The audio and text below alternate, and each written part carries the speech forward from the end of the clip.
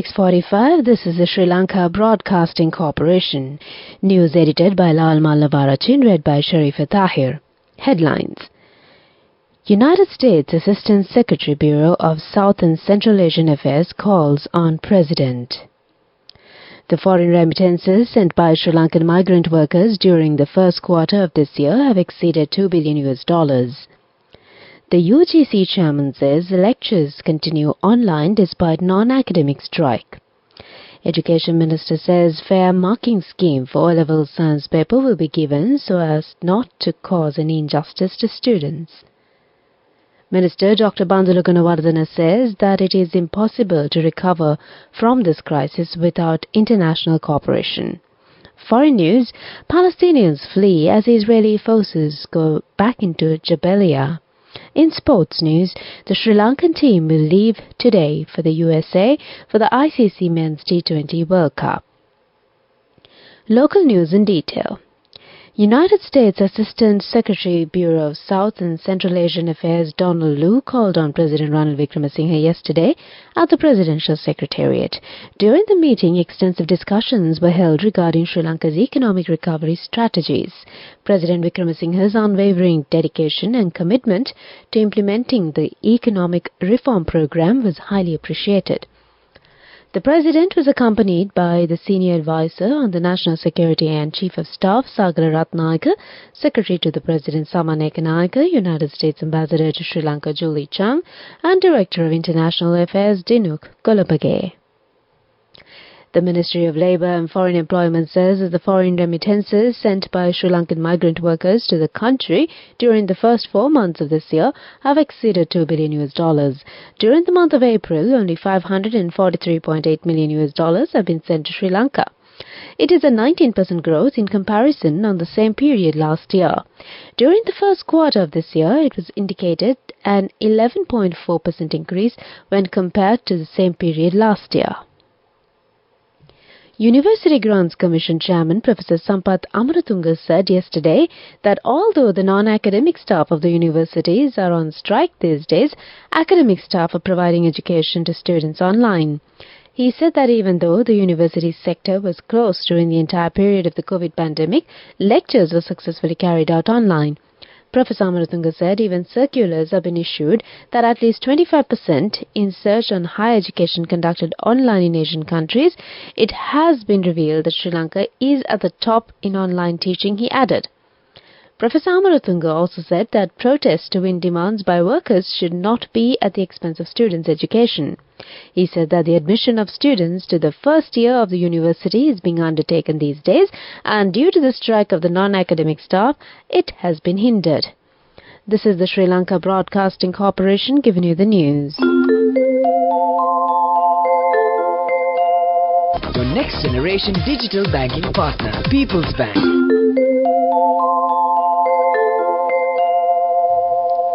Education Minister Sasir Premajanantha, commenting on the controversy regarding the science question paper for the GCE ordinary level exam, said a separate marking system will be prepared and marks will be given accordingly so as not to cause any injustice to students. The minister said that a problem has arisen regarding some questions in the science paper given to the GCE ordinary level exam this year, and the group of teachers who prepared the question paper met on Sunday and discussed the matter.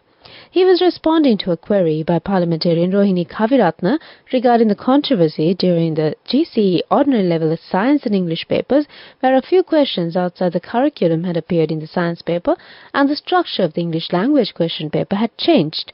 The minister, responding, pledged to take all necessary measures to ensure that no injustice is caused to any students sitting for the GCE ordinary level exam this year. The minister said that issues have been reported on several questions and MCQ of the science paper. A discussion in this regard was held on Sunday with the participation of paper setters, and necessary changes to the marking scheme will be done after the completion of the sample paper making. Minister Dr. Bandulu Gunawardena said in Parliament yesterday that Parliament should not be used to sling mud at each other, and it should be used to make a collective effort to move out from the existing economic crisis. The minister said that it is impossible to recover from this crisis without international cooperation. Minister Gunawardena further said that if this situation is not changed, the country cannot be moved forward in 2025. Parliament has full power over money. All politicians should speak in an enlightened manner in this regard within the Parliament. The minister said that the country collapsed because of two major gaps that the country could not withstand for a long time. That's local news for the moment. Enjoy seamless shopping. Open LCs, settle bills and transfer funds instantly, anywhere and anytime. With People's Bank Digital Solutions, you're empowered to do more whenever and wherever you want. Unlock a world of modern banking conveniences with People's Bank, your next generation digital banking partner. People's Bank. The main news story is brought to you by Sinhala Mahatmya. As a move to counter the controversial issue of substandard and dangerous medicines entering Sri Lanka through unregistered importers, like the human immunoglobulin racket, the National Medicines Regulatory Authority will introduce a security sticker in future. The authority has decided to introduce a security sticker to all the medicines registration certifications, thus preventing any instances of forging the certificate by unlawful importers. Chairman Dr. Ananda Vijay Vikrama says that the measures were taken following allegations made towards them that medicines are brought in by unregistered importers or unlawful vendors have forged the registration certificate issued by the authority. The main news story was brought to you by Sinhala Mahatmya. On Watch Live, the National Building Research Organization has issued first-level landslide warnings for 5 districts in the country. Accordingly, landslide warnings have been issued for the districts of Badulla, Kandy, Kagol, Kurunegala and Ratnapura. This warning was issued at 4:15 p.m. yesterday and is valid until 4:15 p.m. today. That came to you on Watch Live.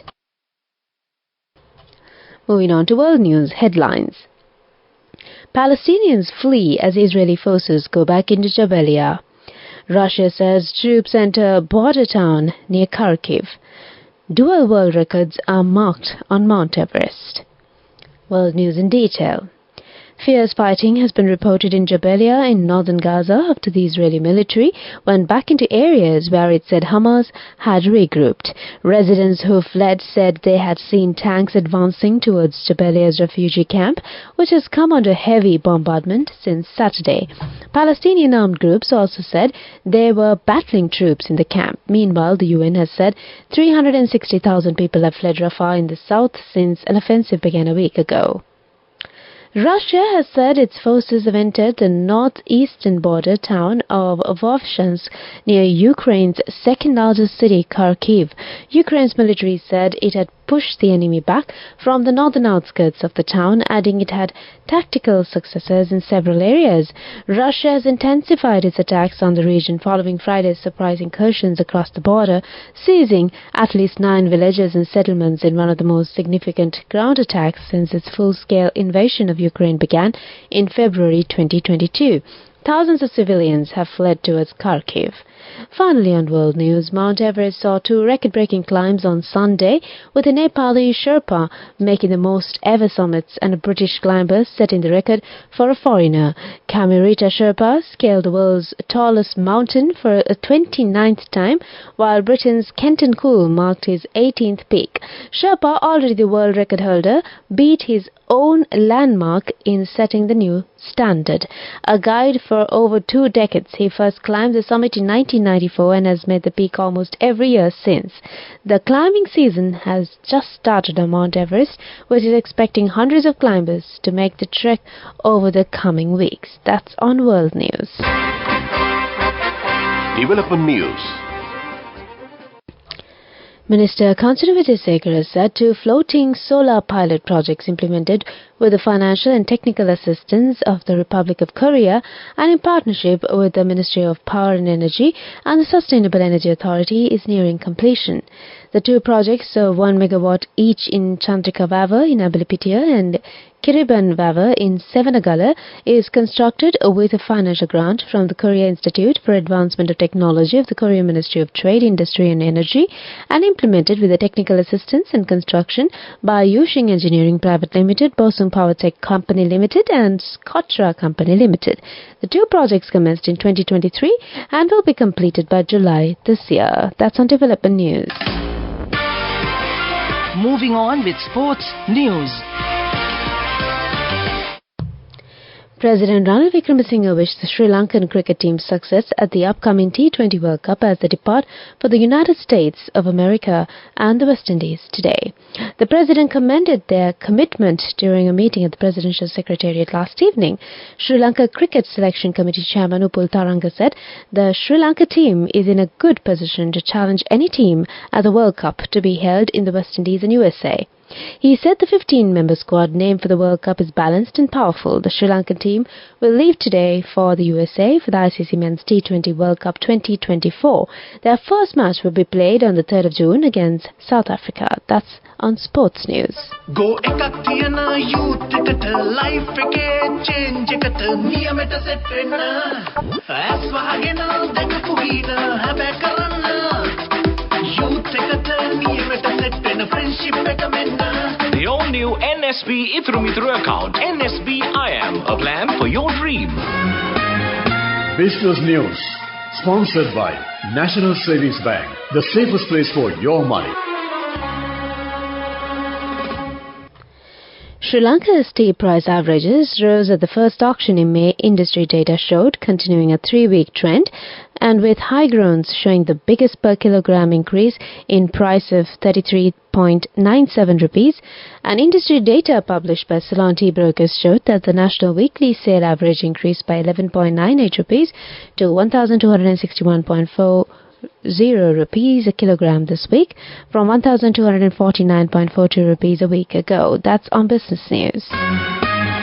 Business News, sponsored by National Savings Bank, the safest place for your money. Go ekak thiyana youth එකට life එකේ change එකට නියමෙට set වෙන්න ඇස් වහගෙන දැකපු හින හැබැයි කරන්න youth එකට නියමෙට set වෙන්න friendship එක මෙන්න. The all-new NSB Ithru Mithru account, NSB IM, a plan for your dream. And on economic news, Sri Lanka's remittances coming through official channels surpassed $2 billion in the first 4 months of this year, helped by more expatriates using the official banking channels after the central bank gave up a parallel exchange rate regime. The remittances in the first 4 months were $2,079.9 million, rising 11.4% from the same period last year, the official data showed. The island witnessed $1,867.2 million through remittances in the first 4 months of 2023. Weather report. Due to a low-level atmospheric disturbance in the vicinity of the island, showery condition is expected to be enhanced during the next few days. Showers or thundershowers will occur at several places in most provinces of the island after 1 p.m. Heavy showers more than 100 millimeters are likely at some places in the central, Sabaragamuwa, eastern, southern and Uva provinces. Showers may occur at the eastern and southern provinces during the morning. Misty conditions can be expected at some places in the western, Sabaragamuwa and central provinces and in the Galle and Mathura districts during the morning. That's the weather update. Before we wind up the bulletin of news, back to the headlines. United States Assistant Secretary Bureau of South and Central Asian Affairs calls on President. Foreign remittances sent by Sri Lankan migrant workers during the first quarter of this year have exceeded $2 billion. The UGC chairman says lectures continue online despite non-academic strike. Education Minister says fair marking scheme for O-level science paper will be given so as not to cause any injustice to students. Minister Dr. Bandulu Gunawardena says that it is impossible to recover from this crisis without international cooperation. Foreign news: Palestinians flee as Israeli forces go back into Jabalia. Sports news: the Sri Lanka team will leave today for the USA for the ICC Men's T20 World Cup. With that, we conclude the morning bulletin of news, and it's back to Sandhi to give you some good company. Over to you.